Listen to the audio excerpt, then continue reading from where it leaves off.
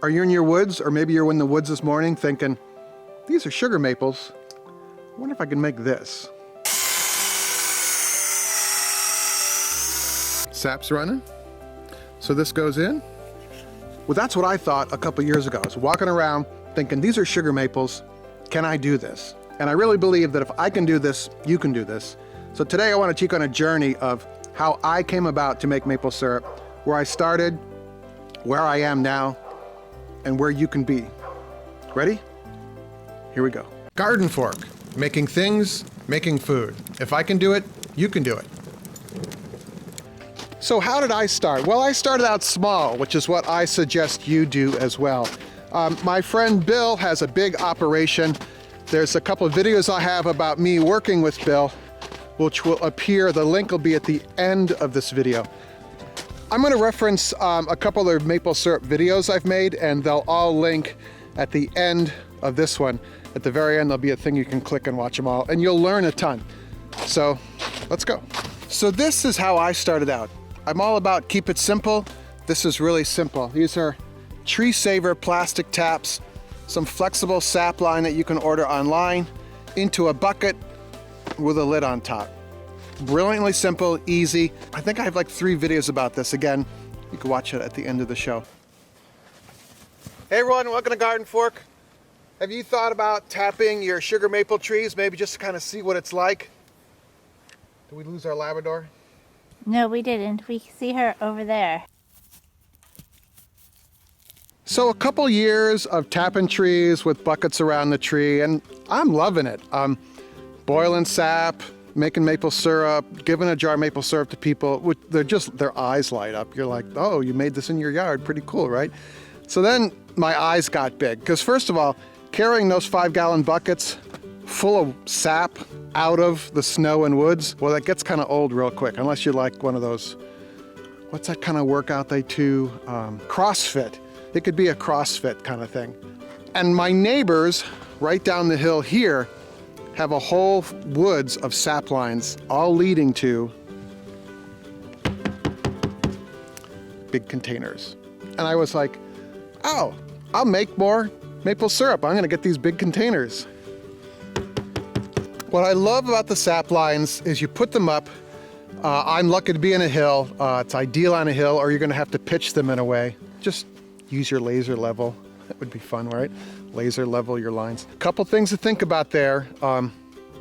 Well, you'll just have to watch the video where he had a fiasco when I was collecting barrels of sap.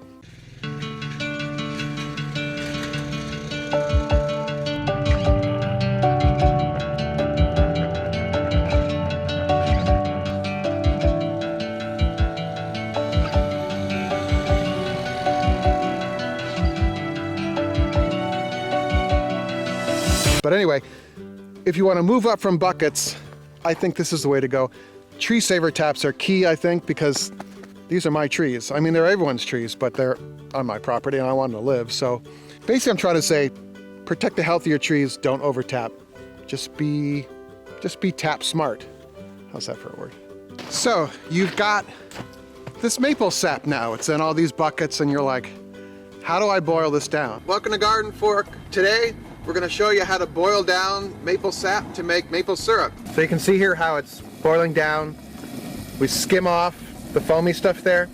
All right, learn from me. If you think you're gonna boil down this sap into syrup on your stovetop, don't do that. Instead, you're gonna get a bunch of propane, probably more propane than you really want to, and your deep fried turkey burner, or better yet, borrow your neighbor's deep fried turkey burner, and that was a fun sound. Go to your dollar store.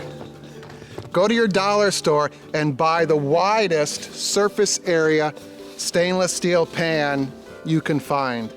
This was more than $1, but you go to the cheap store. It could be in a symphony, and get one of these. And you're gonna boil down. You're gonna be there a while. Yeah, it's 40 to 1. It's 40 gallons of sap makes 1 gallon of syrup. But you're outside, you're doing something. Wow, that's a weird acoustic thing. This is how I first did it. I did it for a bunch of years and I was fine with that.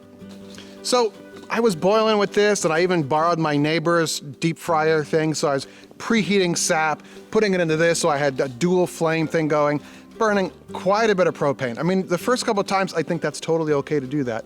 And then I was thinking, is there a way to kind of make this a little bigger, you know? And then one day I was looking on the internet and I found the coolest thing ever.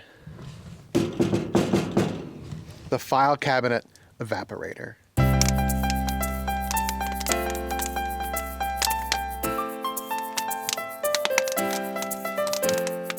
You don't have to go out and get the fancy tray. That's my final, I can't talk.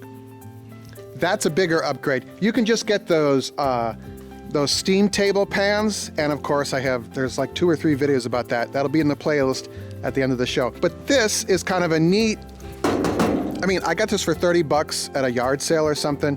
Cut it up, you get to use power tools, fun.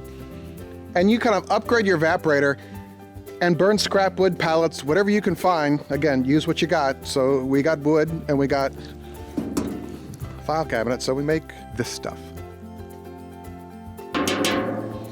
So this evaporator pan is kind of the ultimate upgrade for me. I'll link below to the gentleman that made that for me. But my point here is if I can do it, if I can do this, you can do this too. It's not rocket science. You can go as big or as small as you want with this whole thing. I've got a whole video series that should be appearing right here, right now, of my journey to making this. And if I can do this, you can do this, right? Man, is that good.